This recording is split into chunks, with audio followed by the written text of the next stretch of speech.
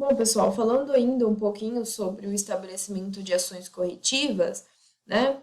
O que a gente tem que observar, né? Quando ocorre alguma não conformidade, né? Algum desvio lá no processo, durante o controle dos pontos críticos de controle, nós temos então que verificar primeiramente a possibilidade da correção, né? Ou compensação imediata do processo. Em paralelo, sequestrar e identificar o produto elaborado durante a não conformidade, tá? Então, se naquele momento, né, eu vi que a temperatura, por exemplo, estava muito alta, eu vou conseguir, naquele momento, parar o processo, tirar o produto, né? Então, eu preciso saber, né, qual vai ser a possibilidade de corrigir isso imediatamente, né? Se não houver a possibilidade dessa correção, dessa compensação imediata, né? Se eu não conseguir imediatamente ali tirar o produto, né? Quando o produto é individual, é mais fácil, né? Se o produto está em linha, por exemplo, nas tubulações do pasteurizador, eu não vou conseguir tirá-lo imediatamente. Então, eu vou ter que parar o processo, né? Eu vou ter que tirar esse produto, eu vou identificar esse produto que foi processado durante o desvio, né? Aí sim eu vou retomar aquele limite crítico, né? Eu vou ajustar todo o processo e vou reiniciar a produção. Gente, observem como é importante termos os limites críticos sob controle, né? Termos o controle. Porque se qualquer erro, né, qualquer um desses desvios, dessas não conformidades acontecerem, eu vou ter que parar todo o processo. Né? Eu vou ter que parar a linha inteira, né? Porque se naquele determinado momento eu preciso retirar produto, o produto não pode continuar vindo da linha anterior, né? Da etapa anterior. Então eu tenho que parar todo o processo. E aí estabelecer as medidas corretivas, né? Eu vou retirar o produto, né? Eu vou fazer o reparo do processo, isso pode demorar às vezes, e muitas vezes nessa parada da linha eu vou perder 1 hora, eu vou perder 2 horas, dependendo do tipo de ajuste que o processo precisa. Se algum equipamento teve um problema, eu preciso chamar um técnico, né, para ajustá-lo. E é um problema muito grande, né? Imaginem a quantidade de tempo e de dinheiro que a indústria está perdendo naquele momento para aquela ação corretiva. Então, né, aí a gente vê a importância de se manter esse processo todo sob o controle, né? O máximo controle possível. Claro que nunca vamos conseguir 100% do controle, sempre alguma coisa vai sair como, né, fora, né, do desejado, mas o ideal é que se tenha, então, o máximo de controle possível, ok, gente? Essa definição dessas ações corretivas, elas são necessárias, então, a fim de evitar a incidência das não conformidades, né? Então, em cada etapa que pode ser aplicada. Então, dentro dessas ações corretivas, né, no estabelecimento dessas ações corretivas, nós vamos procurar todas as causas dentro do processo de não conformidades, né? Tudo que pode causar desvios, né? Que lá durante o meu processo pode ser um desvio. Então, eu vou identificar essas causas e vou tentar atuar o mais rapidamente possível sobre essas causas, tá?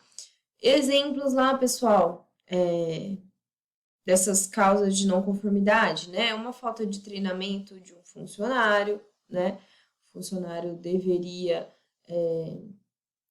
estar ali controlando aquele produto e ele não controlou, ele deveria, né, estabelecer ali uma quantidade de produto que tinha que entrar e ele colocou a mais, colocou a menos e tudo mais por conta da falta de treinamento, ok? A falta de manutenção de um equipamento, né, isso é um problema muito grande, porque a manutenção, né, a falta de manutenção vai fazer com que aquele equipamento facilmente saia, né, da sua função ali, né, normal, do seu controle. Então, né, a falta de manutenção de um equipamento ali vai gerar um desvio, ok? Então, se eu tiver, né, os meus funcionários treinados, os meus equipamentos todos com as manutenções preventivas em dia, eu vou reduzir muito a quantidade de desvios, ok? De não conformidades. Claro que, né, as coisas acontecem, os equipamentos podem a qualquer momento estragar, tudo mais mesmo, com todas as manutenções preventivas, sim, né? Mas a gente fala aqui de estabelecer algo para tentar reduzir ao máximo, ok, gente? Essas não conformidades. E, né, o que a gente tem que ter em mente, né? Todos os desvios e os procedimentos para a disposição dos produtos, né, as ações corretivas, devem estar documentados. Então, não é aquilo, aconteceu isso aqui, vamos inventar alguma coisa para fazer agora, vamos resolver aqui. Não, eu tenho todos os procedimentos documentados no meu plano APPCC. Se for um procedimento extraordinário, que nunca aconteceu e não foi previsto no plano, né, aí sim tem que ser convocada a equipe do APPCC, porque eles vão ter que revisar o plano deles, né? Porque aconteceu algum desvio ali que eles não tinham previsto, né? E não é um funcionário só que vai decidir ali o que ele vai fazer de ação corretiva, né? Não é um monitor, não é uma pessoa ali que vai decidir isso se essa ação corretiva não estiver no plano, né, gente? Então, a gente tem que entender que o plano tem que ser seguido à risca, ok? Aí, pessoal, partimos lá para o princípio 6, né? Qual é o princípio 6 do plano APPCC? É o estabelecimento de procedimentos de verificação.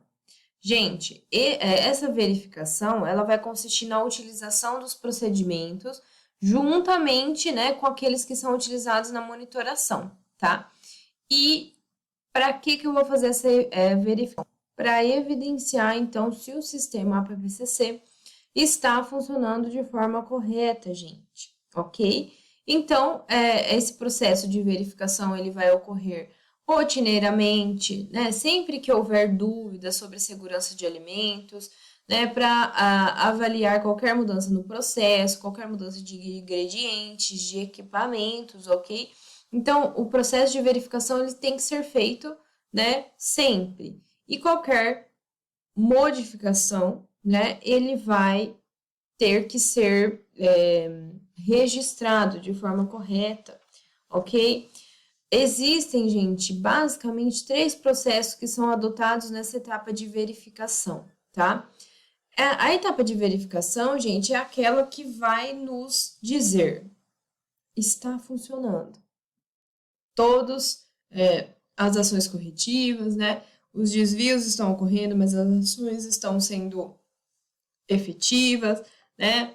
Claro que o ideal é que não tenham desvios, muitos desvios, o ideal, mas às vezes eles acontecem.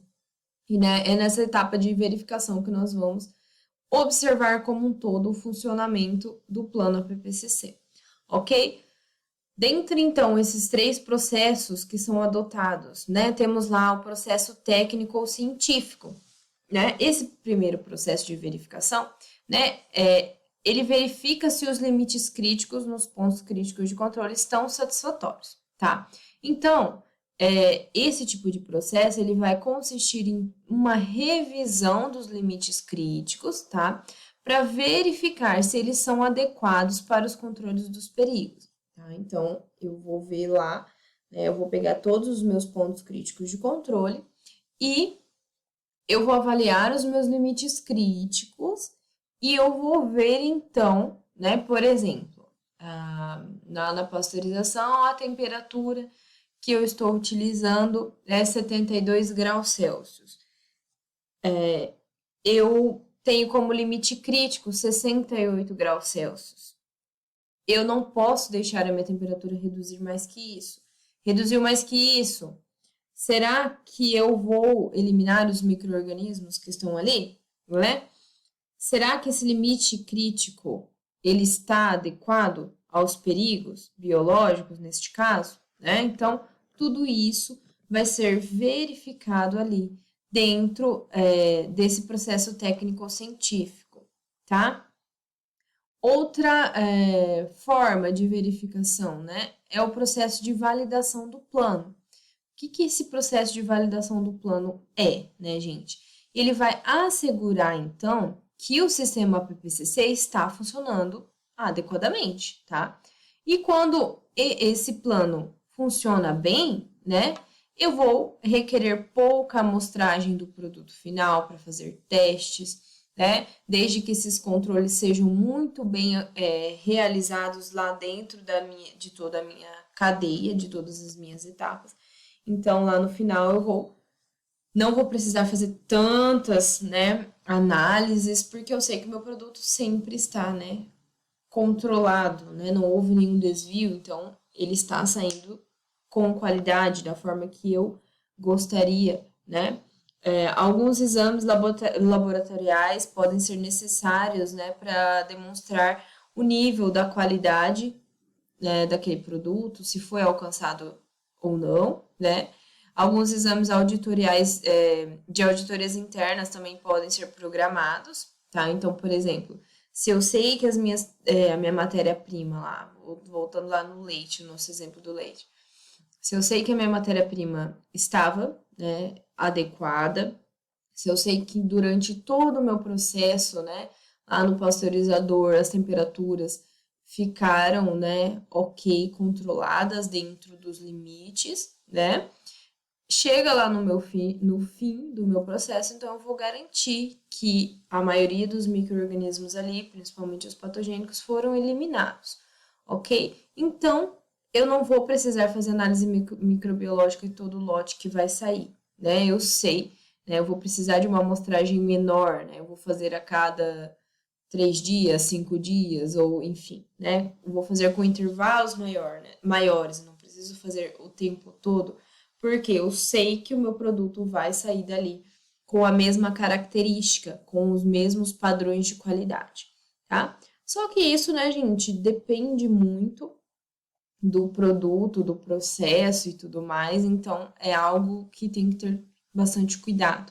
Tem que ter um cuidado para você não mandar um produto fora dos padrões, né, para o mercado. Isso é um problema muito grande. E, gente, outro procedimento seria o processo de revalidação, né? Que seria a revalidação periódica documentada, né? Independente de auditoria ou de outros procedimentos de verificação, essas revalidações têm que ser realizadas. Por quê? Eu preciso assegurar a eficiência e a exatidão do meu sistema PPCC, ok? Então, eu tenho que garantir, gente, que, né, o meu sistema funciona. Então, eu vou fazer todo essa parte de revalidação. Então, gente, aqui eu trouxe alguns exemplos de atividades de verificação, né, que são realizadas dentro dessa etapa, ok? O primeiro exemplo, o estabelecimento de um cronograma apropriado de revisão do plano APPCC, né? A confirmação da exatidão do fluxograma do processo, porque isso é extremamente importante, né? Se eu esqueci alguma etapa no fluxograma, se alguma etapa não foi estabelecida ali, isso pode gerar um problema lá na minha análise dos pontos críticos de controle, né? E também um exemplo seria a revisão dos registros de ponto crítico de controle, né? Eu vou lá, vou revisar, vou ver onde está o problema, a que momento ele está ocorrendo, em qual ponto crítico de controle o desvio está muito alto, né? Eu vou ver todos os registros, né? Eu vou ver se está tudo ok, se não está, se tem desvio, se não tem, se os funcionários estão adotando as medidas corretivas, né? As ações corretivas de forma correta ou não. Então, tudo tem que ser registrado, né? Em um dos procedimentos de verificação revisar todos esses registros e avaliar como um todo o processo, gente.